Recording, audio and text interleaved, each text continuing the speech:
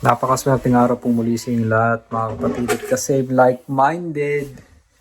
Ito, medyo kakaibang vlog ang gagawin ko ngayon.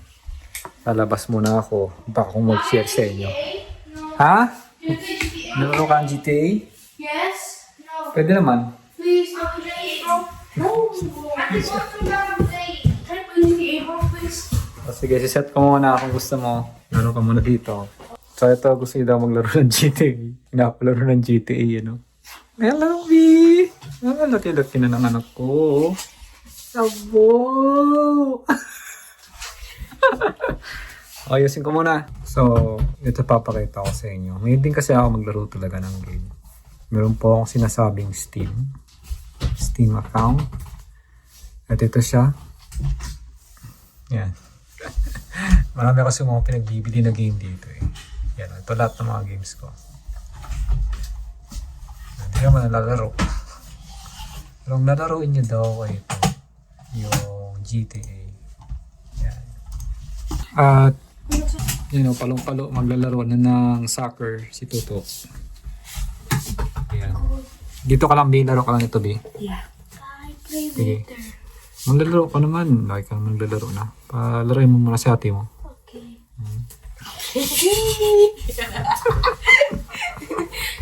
Para magkakapatid lang kami.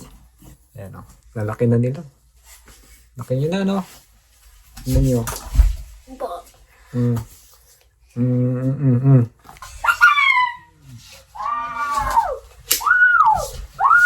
Who's really scared of you guys? To, Yeah. dala mo yung anak ko stick.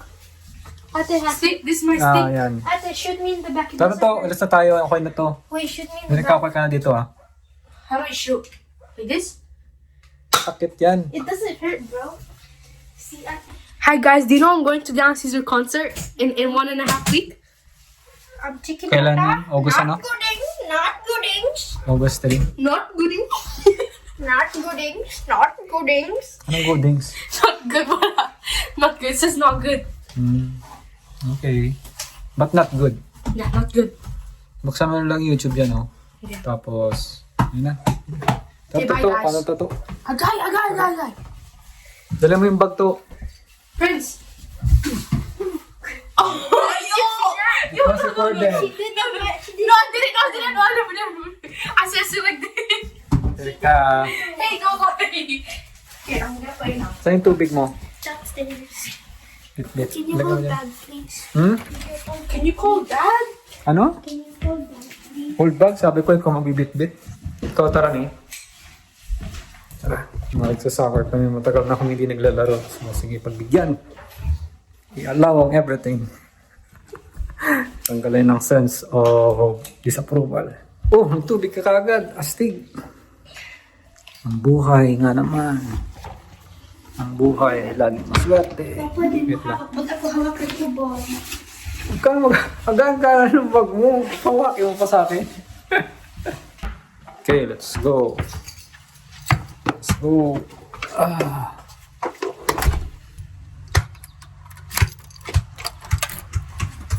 Parang ano lang, no? Nasa palabas, no? Napapanood sa palabas. Ganyang klaseng bahay. Ganyang klaseng neighborhood. Diba? Oops, di ko papakita ako ng number ng bahay namin. Ay, di kita maano, Mampang. Ni Mampang. Dito tayo daan? Dito?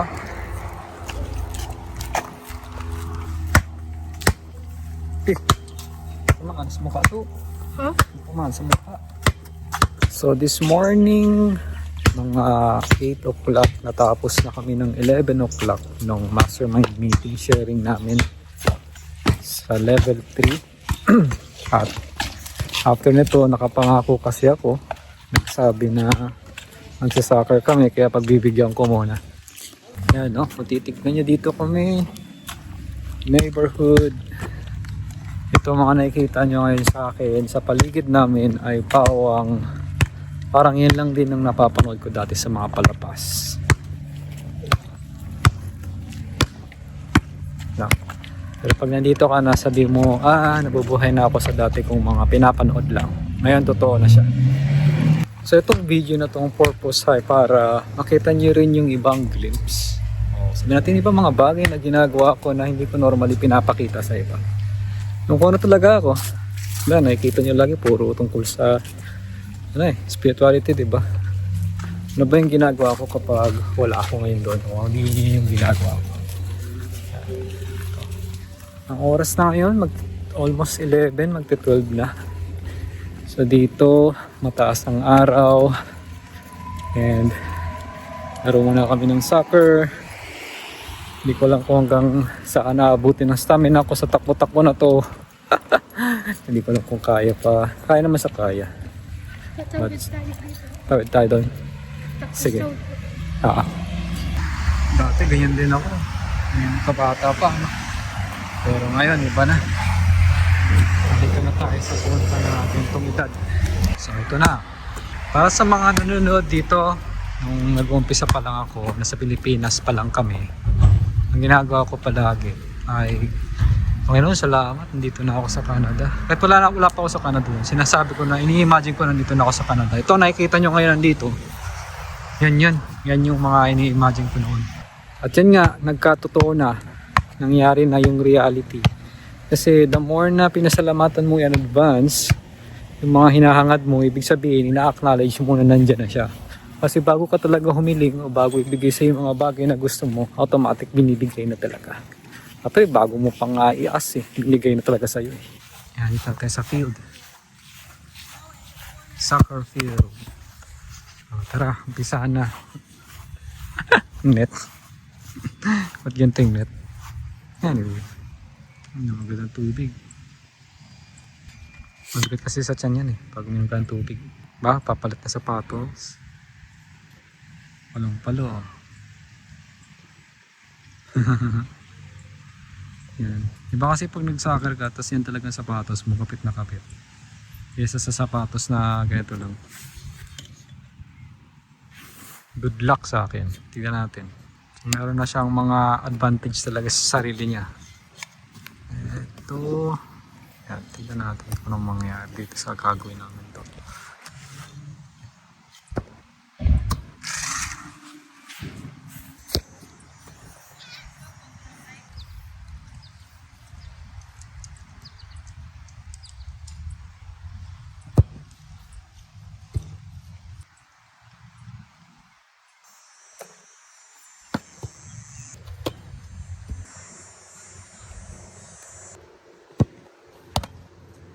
Wala yung bola to The girl?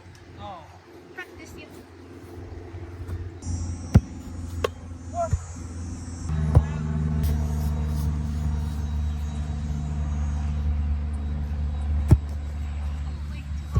Pero mga pulot layo.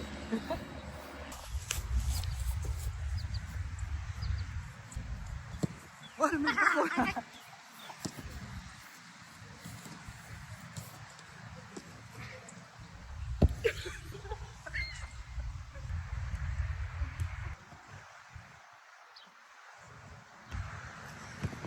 Wala.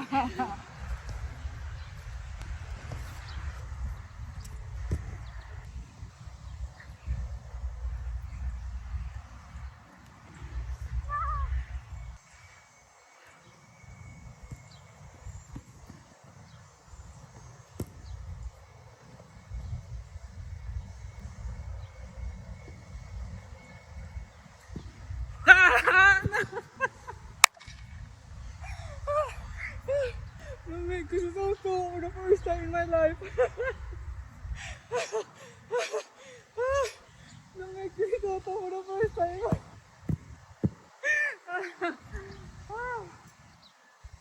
That was unexpected. Didn't expect that. I'm on my limit na. So magti-third round pa ko na ano naman, hindi ko nakakayanin. Good na. Kaya papashoot ko na lang siya. Okay, go to. Pwede ba ako mag-shoot? Hawak ko to. Tapos tingnan natin.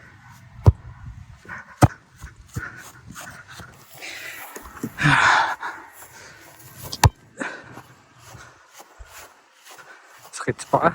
Masakit na. Hindi naman nasanay ka. Hindi pa sanay pa ako dito. At saka di nasanay sa ganyan. Okay. Now I know my weakness. Go!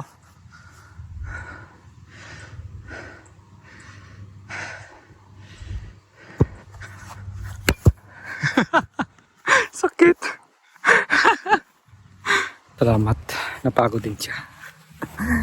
Pag may mga anak kayong sobrang hyper, I highly suggest na ilabas nyo sila sa ganito kalawak. Kung meron, no? Lawak na playground, hayaan nyo silang tumakbo ng tumakbo. Kasi yung mga batang hyper, hindi po yan. May issue sa ADSD or something. Kailangan lang talaga ilabas yung sobrang energy na namumuo sa kanila dahil ang kanilang spirit ay sobrang saya na makapunta dito sa mundong ito. Tama na? Tama na? Wanna rest? Let's go na. Bakit? Wanna stay? Hanggang kailan tayo mag-stay? Kung gusto ko na. Apo! Grabe ito gabi. O sige ah. Finally natapos na rin. Kasi paano ito masakit? Ha? Yung plates bala. Anong plate? Kaya minsan nasisira ang medyas ko. Ay hindi. Manipis lang talagang medyas mo. Kailangan natin bumili ng bagong medyas para naglaro ka, hindi siya masakit. Luma na kasi yan eh. Kaya mo pumunta doon? Yung balaw, ito. Tignan mo to. Kaya mo pumunta dito? Pizza? Hey, Bet? yeah. Pizza go. Kaya bilati pati sa atin ba? Ano? Yun naman lahat ng pizza. Para niya, para makakain naman siya. Para makakain din siya. Yan. Para bago ko kumain ng pizza, kakain muna ako ng prutas, siyempre. Banana or iba pa. So yun, nandito lang. Para mga tindahan. Manit lang to. Wala ditong parang syudad talaga. Parang alam mo yung tipong bayan. Pupunta kasi ba? Doon sa kung saan ka man. Tapos dapat tayong bayan. Parang ganun. Maliit lang talaga siya. Mas maliit pa sa bayan na alam nyo na may mga pure gold o kung ano-ano. So wala talaga. Ano lang, meron dito. May pop ice. May para sa mga aso. May pagupitan. May martial arts ng taekwondo, pizza, LCBO, yung benta ng alak. Ayan. Government na nagbibenta ng alak dito karamihan. And may clinic, ganyan. Yan ang mga para sa kuko. So wala siyang sobrang grocery, walang grocery dito sa lugar na to sa amin. Ang grocery doon malayo-layo pa talaga siya. Kaya nakabili na kami ni Tuto ng pizza. And again, bago ko kumain ng mga ganito, inuunahan ko muna ng mga prutas. Pakita ko sa inyo. So bago ko ipakita sa inyo, may explanation kasi yan. Ang mga kabataan tulad nila, malakas pa kasi yung immune system yan, kaya okay lang kahit kumain sila ng ganyan as long as ginagawa yung tamang proseso like uminom ng maraming tubig at ano pa.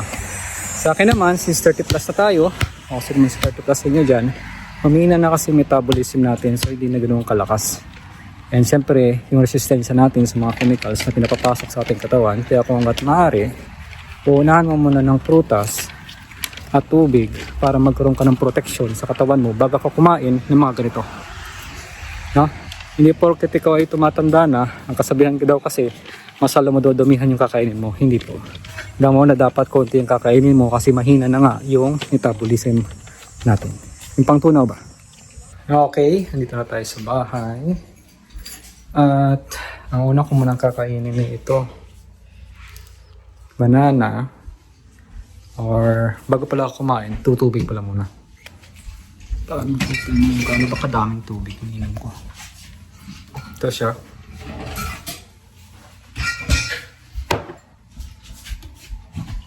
So, isang gintong baso. Na? Oh, grabe yun. Grabe yung tunog. Nung narinig yung pizza. Of course. Yes. It's a prank. Pizza. Well, actually, no, there's no pizza. There's no pizza. It's story not playing Roblox. Oh, but there is pizza. Hugas ko mga kamay. I did. Yan ka na lang sa edit mo, ha? Hmm. Hey, look, look. I'm gonna teach you how to wash hands. Sure. Nalantin ko na. It.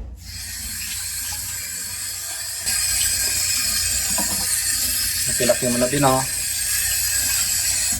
Lalaga na. Hmm. You there? Yeah. Ang drinks dyan, puro fizz lang. Yung tea. Oh, flavor these. Check.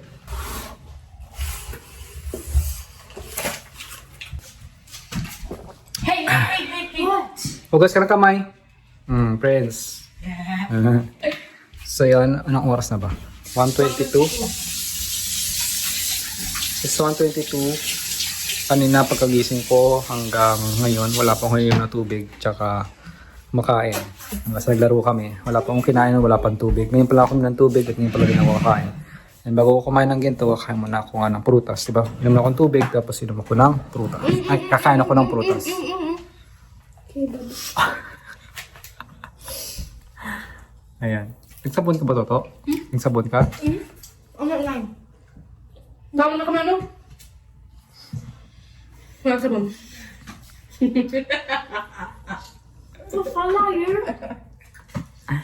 Ayan sila parang magtropa lang. Kaya kaya mo na kami. Okay, stop mo lang pag kumakain, right? Rika, stop. Guys, I saw his story, Dad's story. It's so cool. I have to like it. Because I'm a loyal liker. Oh, tapos na. Di ba boss? Yung pa yung available. Di ba naman? Mas gusto ko kasi. It's only like fuse, yeah. Available. Kapag lang.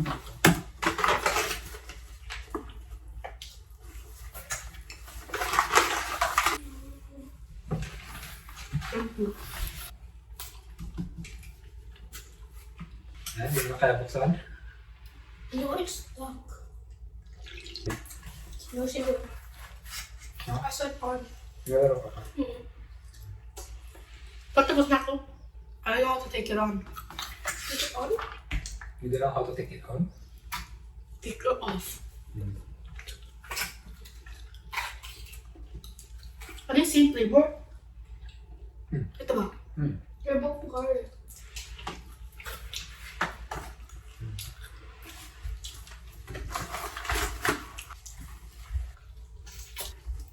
Nakakagkap mo kayo ng basura, ha? Basta, Yeah, look. masana ba lang? Yun dyan, Sa labas ko. Sa labas. Tapos sa labas. Kagabi. Pwede mo ba sabay, ah? Mayroon ko. Ngayon, sa labas. Tapos yung... Sa loob. Yeah. Yeah, so you can do more of it. May nakikakain mo yan. No. Ikaw.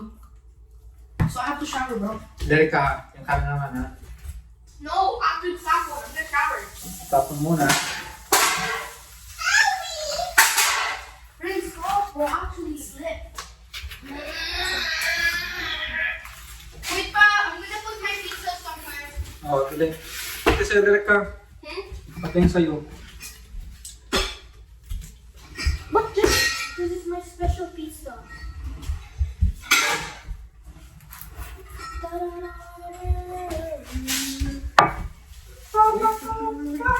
Hindi na itong mabitan ko. What?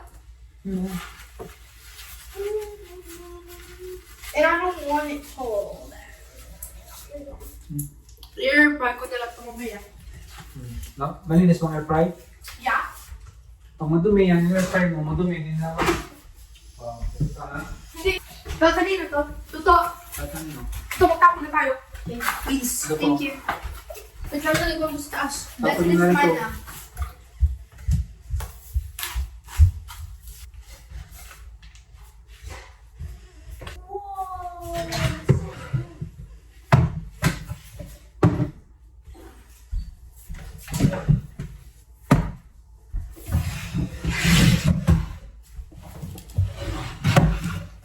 I'm not gonna put this in the ref. Just gonna keep it there. So yun. Okay, so Well, I'm gonna do that. Yung ano, dyan sa taas na rin. Pag nagkaroon ako ng sariling bahay dito sa Canada, isa ako sa mga members ng Reject Divine Love, makakapunta din kayo. Ganyan yung setup po. So, bali maging setup pong bahay ang kukunin ko. Kasi meron pang underground eh. Ito, daanan yan pababa. Dito ako nagdalo. Totoo ka dito yung mga. Para makita mo.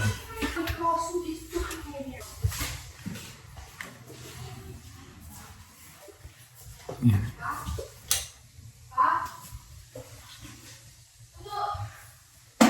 Dryer. Ito. Okay. No, bro. Tapos yung paglalaba dito since may nakared sa baba, may schedule. So yung schedule namin ay every Wednesday, Thursday, Friday, Saturday. So 4 days sila, 3 days na sa baba. Ayan. Okay, so dito na ako sa kwarto. At umpisahan na natin ang ating pag-uusapan talaga ngayong araw na to.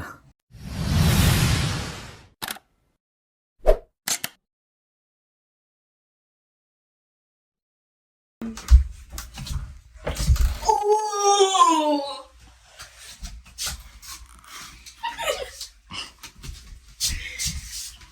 Hush your baby, don't you cry. Feels like Hindi, nanonood ako ng palabas. Yung anime bala. Nutmeg. You can't really fool me. Hindi, yan nga, nanonood ako anime. Pati na ako na anime. Oo. Panoorin mo pa. May karito. Oh! Totoo!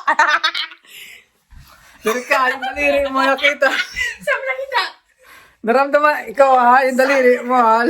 Ikaw. Guys, I said this! Always do middle finger at me. Garo, sila ka.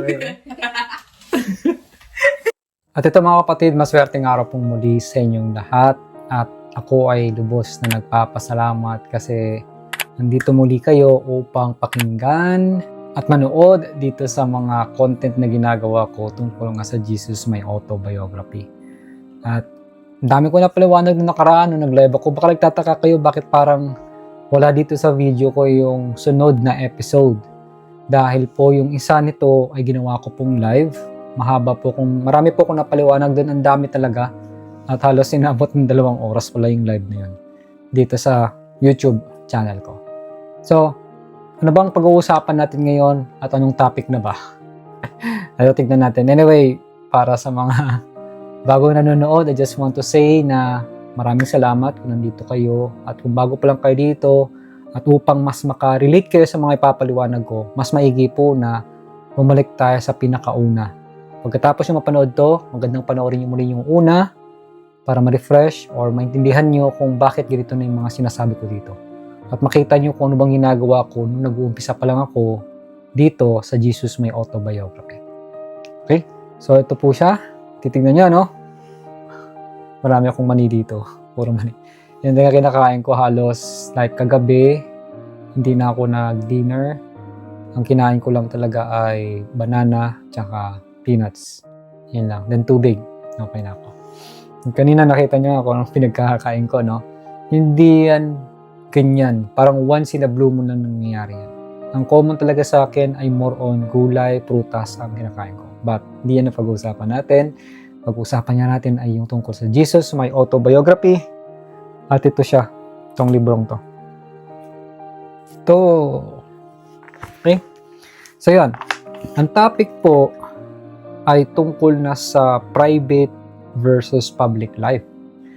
Yan. So kung gusto niyo pong malaman yung last na topic tungkol sa healing the sick and performing miracles, tungkol sa appearance in prayers, healing, and understand all are equal in the eyes of God. Kung gusto niyo pong maintindihan yon o yung bagot ng topic na to, nandun po siya sa live. Pinaliwanag ko po. Okay? So yan. Again, ang ginagawa ko palagi dito, binabasa ko muna yung nasa book na to. And then itatranslate ko po sa Tagalog na kung saan sa level na kayang unawain at intindihin ng lahat ng mga taong makakapanood dito na kapwa ko Pilipino. Nasaan ka man ngayon, ako po ay sobrang nag-hope, hindi lang hope, naniniwala na makakatulong sa iyo if makuha mo yung bawat ginto o mga importanteng salita na may babahagi ko dito. And also sa librong pinapaliwanag o sinabi dito na si Jesus Christ mismo ang nagsulat. Okay, sabi niya, this was also one of the reasons why my dear Mary did not travel with me. Ito yung pinakarason kung bakit hindi na sumama si Mary sa kanya sa pagta-travel sa lahat ng mga circumstances kasi hindi na rin hiniling ni Jesus Christ na ilagay pa siya sa danger, sa delikado. It was clearly very early on in my ministry that the powers that be were very upset by what I was doing. Naintindihan niya kasi at klaro-klaro kay Jesus Christ. Nung nag-uumpisa pa lang siya sa ministro niya, meron kasing power at napaka-upset. Kasi nga, kahit ako, sabihin natin, nung nag-uumpisa pa lang ako mag-vlog, nag-uumpisa pa lang ako mag-training, nag-uumpisa pa lang ako mag-gabay sa mga tao, sa mga tututunan ko na talagang real life experience ko, ang daming mga upsetting moments din. Bakit? Kasi wala akong spirituality back then. Milig ako mamilit, milig ako alam mo, tipong kung pwede ko lang i-program yung utak mo, iniisip mo dyan, tanggalin ko lahat, lagyan ko nito, salpak ko. Pwedeng ganun, tapos na pero hindi Kaya ang daming upsetting din kahit sa akin sa sarili kasi nga marami pa akong hindi talaga alam. Hanggang ngayon, yes, marami ako sa maraming alam but there's still a lot of things that I still don't know kaya mas lalo ko siyang natututunan. So dito nga sinabi, napaka-upset nga daw kung ano yung ginagawa niya. And then, siyempre, I was delighted at this turn of events, of course. Siyempre, natuwa pa rin naman siya after nung ginawa nila at mag-decide silang gano'n na yung gagawin. I was a rebel, I was a troublemaker, this was my purpose in life. Isipin yun. Dati, si Jesus Christ, isa lang talaga siyang rebelde. Nag-rebel ba sa mga sinasabi sa lahat ng mga pangpipigil na ginagawa ng mga tao noon at isa din siyang troublemaker. Isipin niyo yun? Si Jesus Christ, troublemaker. Sinabi ba yan sa Bible? Sinabi ba yan? Sinasabi ba yan sa church? Hindi po. Nakasulat po dito I was a troublemaker. Okay? I was a rebel. Klaro po? Okay. This was my purpose in life. Ito ang purpose niya sa buhay. To free humans from the dictates, maitanggal o mabigyan ng laya ang mga tao sa pagdikta ng mga unfair rules at oppressive regime. Yun. Yung masyadong oppressive, oppress ka na parang wala ka nang magawa sa kung anong gusto nila sabihin, dapat yun na lang. Yan. This is what I was doing. Ito ang aking ginagawa. Yan yung sinasabi ni Jesus Christ. And they did not like it one. Hindi nila nagustuhan ito. Yun. Siyempre, ikaw nga naman, sabihin natin, meron kang control. Kahit sino naman kahit anong klaseng palabas ang panoorin ko, mapa-movie, mapa-anime man yan. Lalo at pag meron silang mga slave, pag may mga slave sila, may taong gustong tumulong na para makalaya dun ang slave sa pagsislave niya, nagagalit tong mga taong to. Kasi siyempre, nagagamit niya yung slave At yung taong tong slave, pag naintindihan niya kung gano'n siya kalakas, yun na, ayaw yun malaman. Yung isang taong may alam talaga na hindi dapat malaman ng isang slave po noong totoo niyang lakas. Kasi gusto nga nilang gamitin lang. So pag ikaw ay dumarating na doon sa point, again, itong sinasabi ko sa inyo, may real life experience din ako dyan. Nung nagkita kami ng boss ko na Japanese, naintindihan ko yung mga energy and stuff. And sabi ko, alis ako sa work kasi ganito ganon. I wanna create my own. And then, in-invite niya ako, pumunta kami doon sa Taiwan. Merong event na ginawa. So, doon ako sa Taiwan na yon. Ang sinabi niya sa akin, pagkasama ka sa meeting, please, kung pwede, okay lang ba? Huwag mong sabihin yung mga alam mong mga ganito ganon. Sabi ko, bakit? Kasi pag naintindihan nila yan, wala na akong worker. Mag-aalisan daw. Yan. Sabi ko, okay, sige po. Kasama rin talaga kasi yan sa mag-business. Kasi isipin mo, kung alam nga naman natin tao na itong mga alam ko, wala na nagtatrabaho siguro sa mga trabaho. Gagawin na nila talaga. Meron naman siguro, well, I could not say na wala talaga nagtatrabaho. Merong taong magtatrabaho na fully hearted, na mas masaya siya nagtatrabaho kahit ganun. at makaka-attract siya ng mga boss o may-ari ng company, maybe like me, na sobrang open, talagang inaalaw, okay, at hindi nagagalit, naiintindihan, ganun. May tamang proseso lang talaga. Yan, no? Anyway, it became very clear to us both that this was dangerous territory. Intindihan nila napakadelikado ng territory na papasukin nila. Ngunit nag-agree sila na there was no turning back. Wala nang atrasan. Kayo, kung isa kayo sa mga nanonood ng vlog ko from the very first na until now na nandyan nanonood, nagsusubaybay kahit almost 3 months akong di nag-upload at nandyan pa rin pinapanood nyo talaga, guys, there's no more turning back. Pag ikaw ay naging part ng Rujik Divine Hub, Batch 3, well, para sa akin, it's still up to you. At sa mga nanonood, well, ito kasi sinasabi lang kasi ni Jesus Christ at ni Mary, yung asawa niya na, nag-decide nila, there's no turning back. Sa kung ano man ang ginagawa nila. Wala nang atrasan. Yan.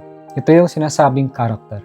Yung character na you are going to follow your decision. Susundin mo yung decision mo kahit lumipas na yung ligaya, yung saya, yung hype, yung momentum na grabing energetic ka, ang saya-saya mo kahit dumating ka sa punto na nakaharap ka na ng matinding challenges sa buhay mo ay hindi ka atras, kundi pangahawakan mo pa rin yung salitang yun na sabi mo babago ka at gagawin mo ito whatever it takes at whatever happen.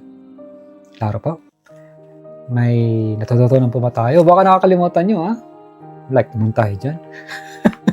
I-like naman natin itong video na to and mag-comment din po tayo if possible o i-share din natin kung kaya nyo i-share. No? I really appreciate yan. Kung masishare nyo, malaking tulong yan. Para makita din po ng ibang mga tao na nangangailangan ng ganitong klaseng sagot sa kanilang buhay. Yan. So sabi dito that there was no stepping off this train that was picking up momentum. Alam mo yung train na sobrang bilis na ng takbo niya, nasa momentum na siya, wala nang tatalon pa. Kasi dire-diretso na yung momentum to. And Mary, in her wonderful, supporting, and loving way, in her intelligent and spiritual way, understood what we were about. Yung asawa kasi ni Jesus Christ, hindi lang siya basta asawa lang, but spiritually trained din talaga siya. Kaya naiintindihan niya, kaya sabi ni Jesus Christ ito, yung napakagandang, supporting at mapagmahal na way at yung intelligent, yung talino niya pagdating sa spiritual way. Kaya naiintindihan niya ang posisyon ni Jesus Christ. As we were in this together, habang sila ay, ito nga, magkasama, she gave me her support.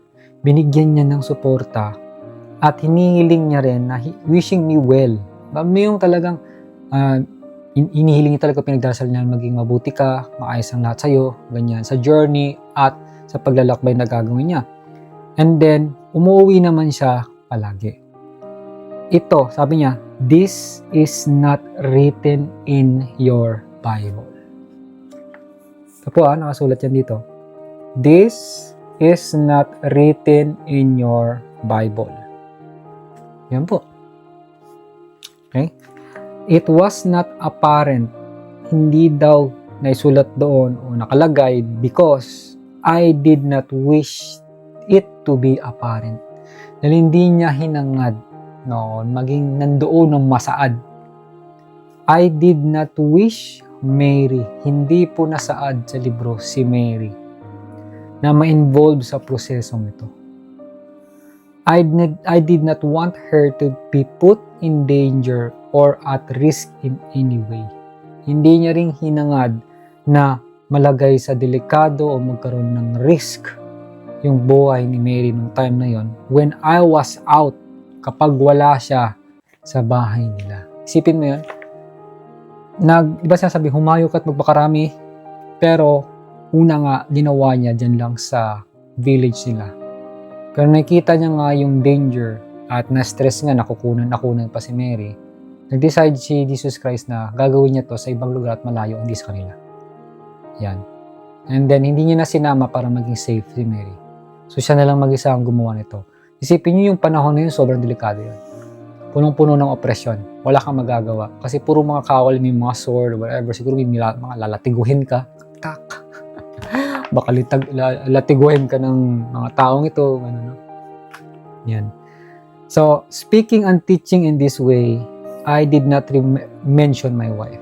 So, nung siya ay nagtuturo, never niyang binanggit ang asawa niya. Hindi niya rin minention yung kahit na ano tungkol sa buhay, kung paano siya nabubuhay o namumuhay. Lalo na, kasi ito ay private life niya. So, isipin niyo yan. Ito ang pinagkaiba ng sinasabing who do you listen to. Kung makikinig ka sa isang tao, pakinggan mo kung ano ang alam nito sa likod ng camera. Ngayon nakikita niyo ako dito, pero hindi niyo lubos nakikita ko nung ginagawa ko kapag wala ako sa camera ito. After nito, mag-vlog. Ikaw, after mo manood ng vlog, anong ginagawa mo?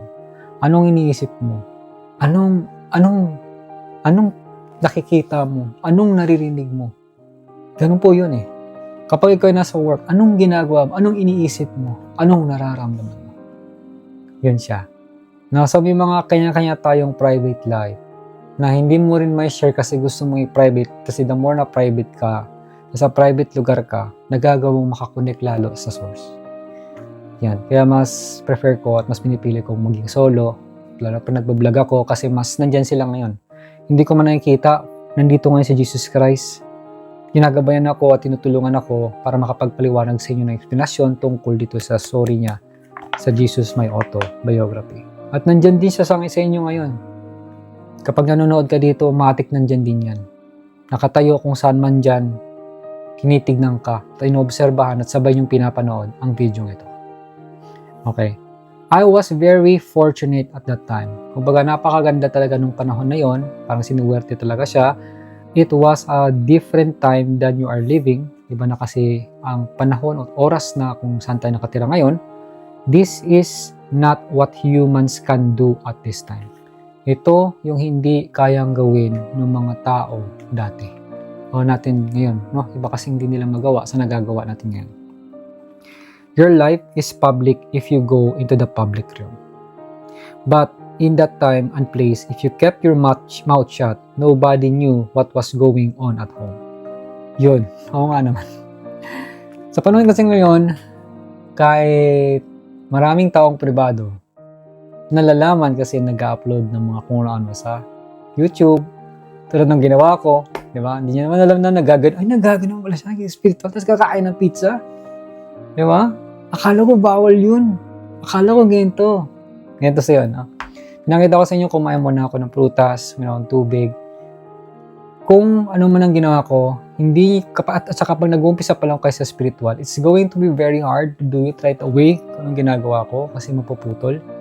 Yung cut, di ba, may sinasabi akong ganyan.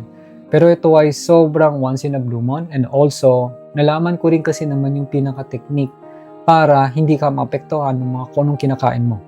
Na hindi ka magkakasakit, okay ka, healthy ka pa rin. Alright? Well, may effect talaga ang food sa totoo lang, sa lahat and everything. Ganon. However, yun nga, this is an experience that I choose to experience. Kaya kinakain ko siya. Ngunit, ang very effective way para hindi ako maapektuhan nito, dati na nag-umpisa pa lang ako, habang kumakain ako, humingi ako ng sorry. Sorry. Patawad. Hangad ko lang po ma-experience yung lasa na ito ulit. Sorry. Siyempre kasama ko mga anak ko. Mag-enjoy kumakain na kasama sila. Sorry. Yun yung ginagawa ko. As time goes on, na-realize ko na kahit kumakain ako ng ganito, ng mga ganyan, hindi na ako naapektuhan ng kung anong pumapasok sa katawan ko dahil wala na yung guilt.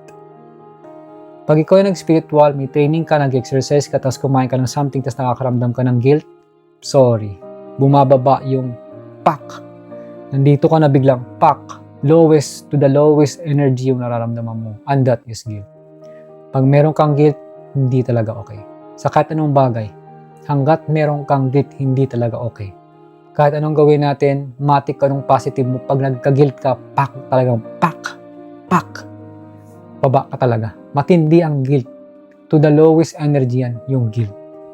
Kaya doon po kayo mag-iingat. Ang guilt is very lethal ba? Lethal. Bisaya ako, day. Pasensya, gida. Minsan yung mga word ko nabibisaya. Nabibisaya ako sabihin. Anyway. So, yan. No? Nobody knew what I was going on at home. So, hindi niya nga sinasabi kung ano ginagawa niya pag nasa bahay siya. This is why, ang Bible text, hindi mo makikita na sinabi si Mary. At wala ding sinasabi tungkol sa kanyang naging anak at kung ano-ano pa. Dahil ginawang klaro ni Jesus Christ, I made it very clear to those who I work with. Ginawa niyang klaro sa mga apprentices niya o ginagabayan niya na ito ang kanyang policy. Na yung private life niya ay mag-remain para sa safety reason. Okay? Of course, everybody ang mga to, na-realize nila kung ano ang sinasabing shenanigans we were up to. Shenanigans, yung mga parang pagsubok o kailangan nilang harapin ng mga tao. Yan.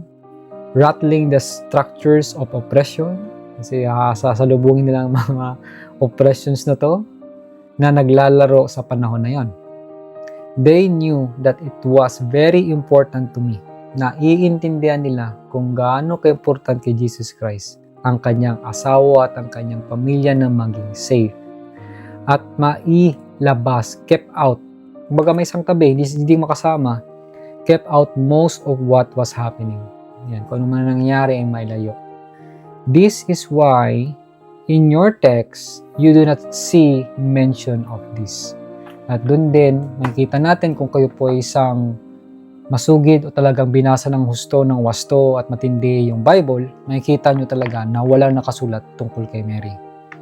You do not see mention of most of my life. Hindi rin makikita kung ano talaga, kung doon nakasulat, kung talagang totoong buhay na ginawa ni Jesus Christ. Kaya nga sabi, autobiography. Ang autobiography, ang pinaka-purpose nito is for you to understand kung anong ginawa ng isang tao from the scratch.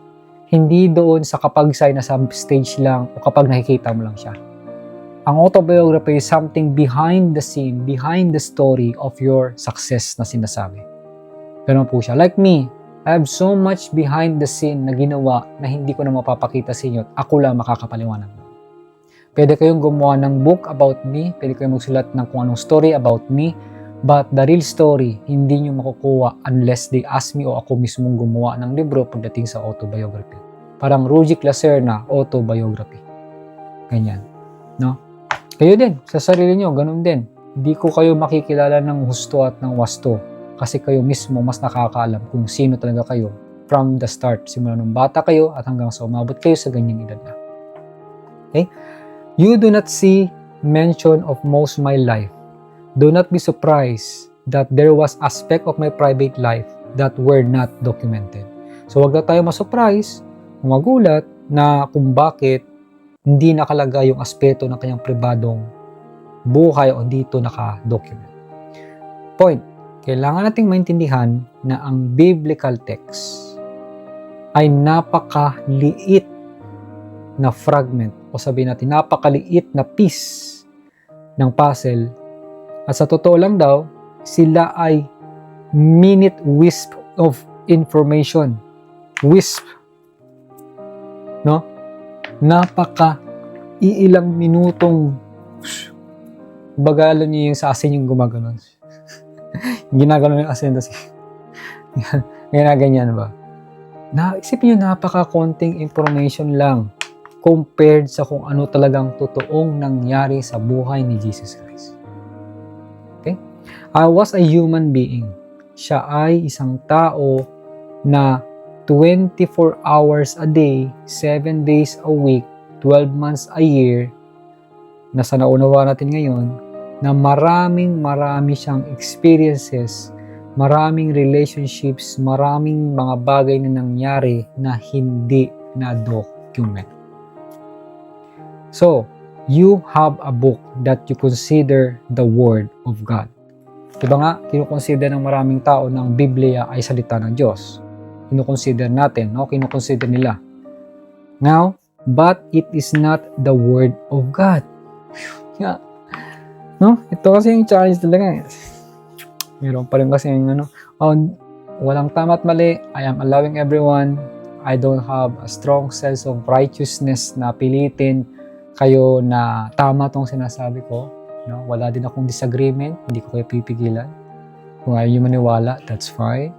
No? Pwede nyo pa rin akong imali kung gusto nyo, okay lang din yun. I agree to that. And forgive me, please forgive me kung nasasabi ko ganito.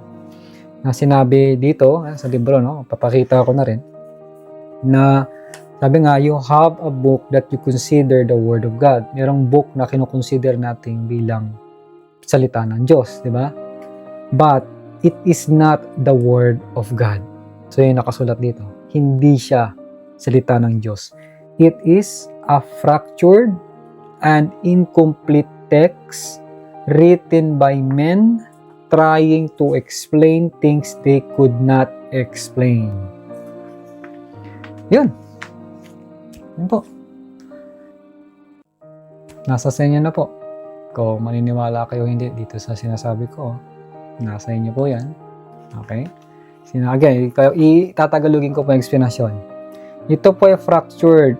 Mga klaseng parang ginawa ba na incomplete, hindi kompleto ang text na sinulat ng mga kalalakihan na sinusubukang ipaliwanag yung mga bagay na hindi nila mapaliwanag. Okay? Also, there is much information missing from a text. Maraming nagkukulang na mga information doon sa text sa sinulat nila sa Bible. There were gospels and there were sections of writing that included teachings about women. Meron din ng mga sections dito sa book na to o doon nga sa Bible na nakalagay tungkol sa pagtuturo sa mga babae, sa kasal, sa sexuality. Yan po ay natanggal. Sabi to, that were removed in the early phases of the church because they were offensive to some of the men who were in charge. Copy po? Mga panahon kasi, patriarchal ba? Puro kalalakihan yung namumuno. So pag yung unang text na to na pinag-uusapan yung teachings tungkol sa mga kababaihan, sa kasal at sexuality, na-offend ang mga kalalakihan. So dapat tanggalin. Nung panahon na yun, kaya mapapasin nyo, bakit kaya tinanggal nila? Kasi nga, nung unang panahon, yung mga kalalakihan, nakakaramdam sila na parang na-offend sila kapag ganun yung pinag-uusapan. Okay?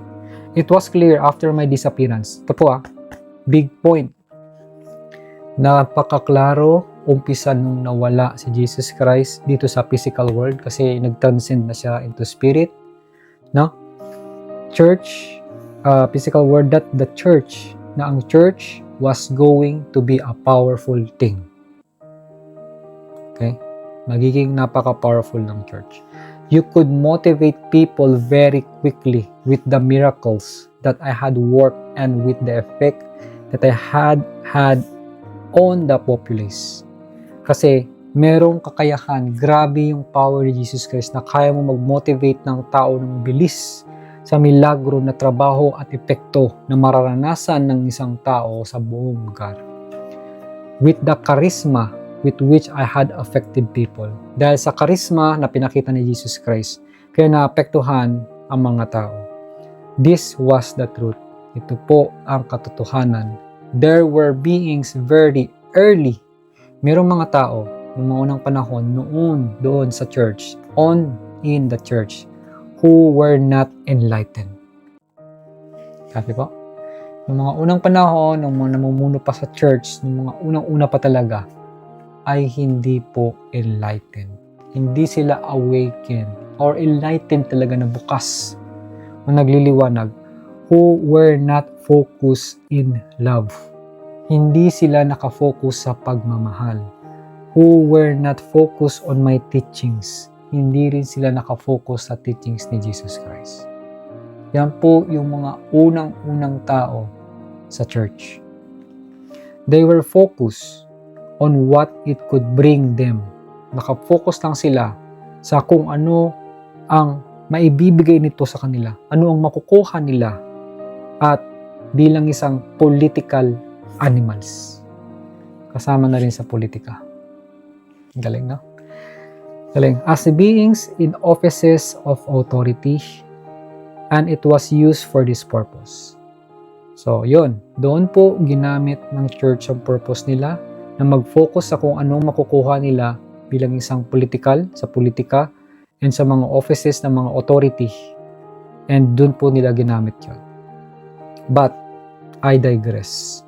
I will return to this time when I began my ministry. I set up a relationship with men who in the Bible were called my disciples. They are named, and these are reasonably accurate depictions. But they were beings who choose to travel with me.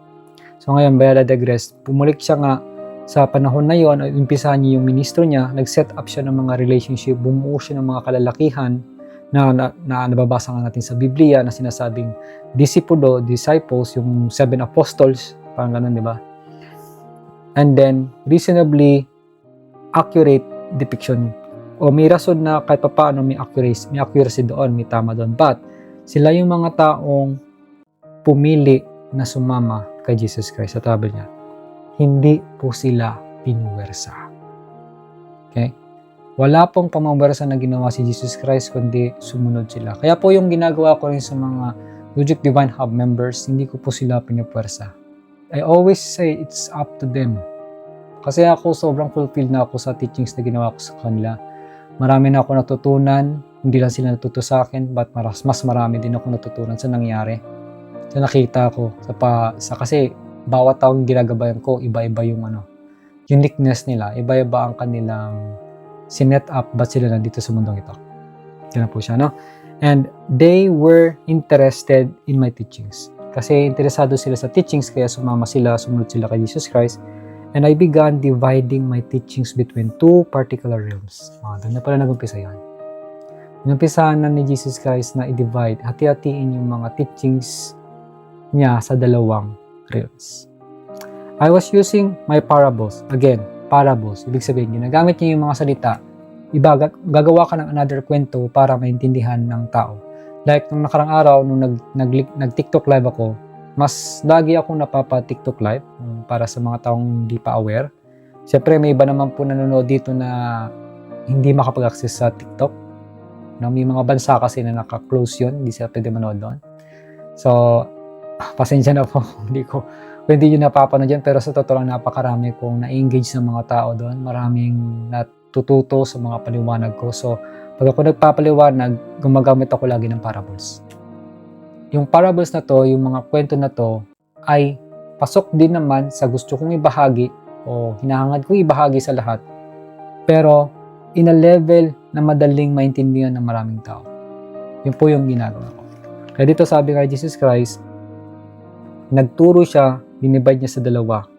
Gumagamit siya ng parables at simple stories. Which is yun din yung ginagawa ko.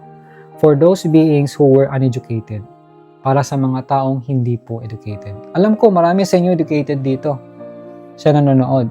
Meron din mga taong not well educated, but that's not the case. Hindi po importante yan.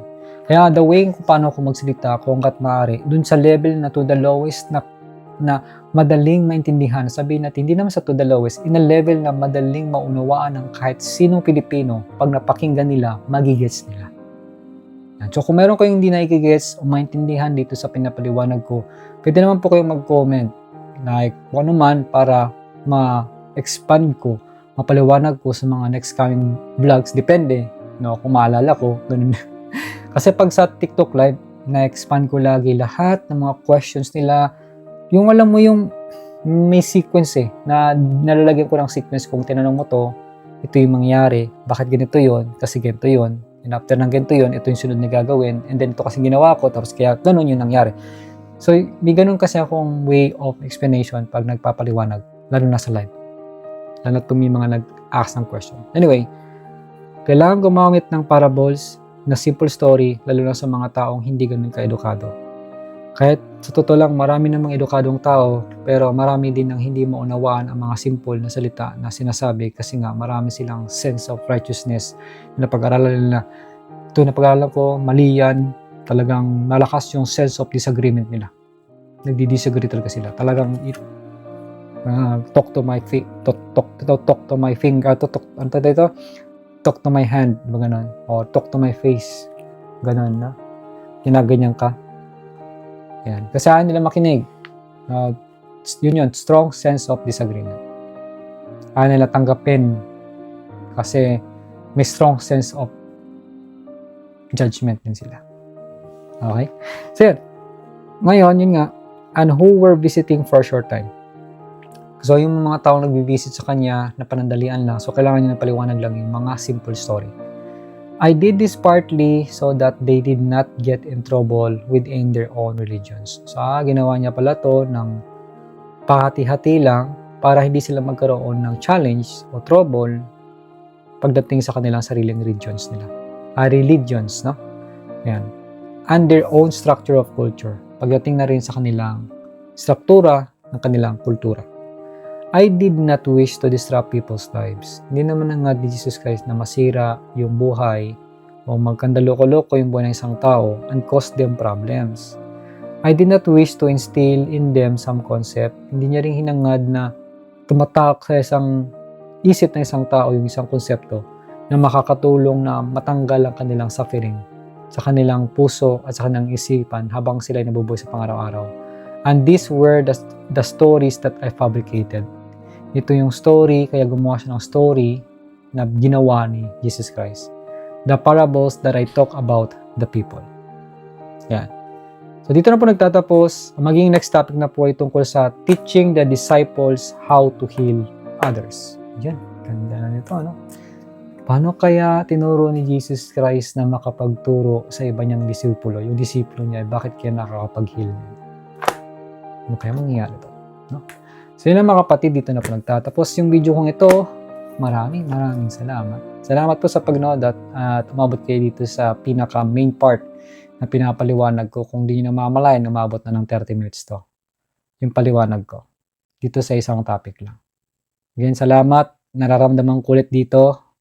Kung nagpapaliwanag ko, may something na may lumalabas dito sa akin na bumibigat na energy. Kasi marami akong release. No? Dito yan eh. Dito lagi. Dito from dito. Gumaganon.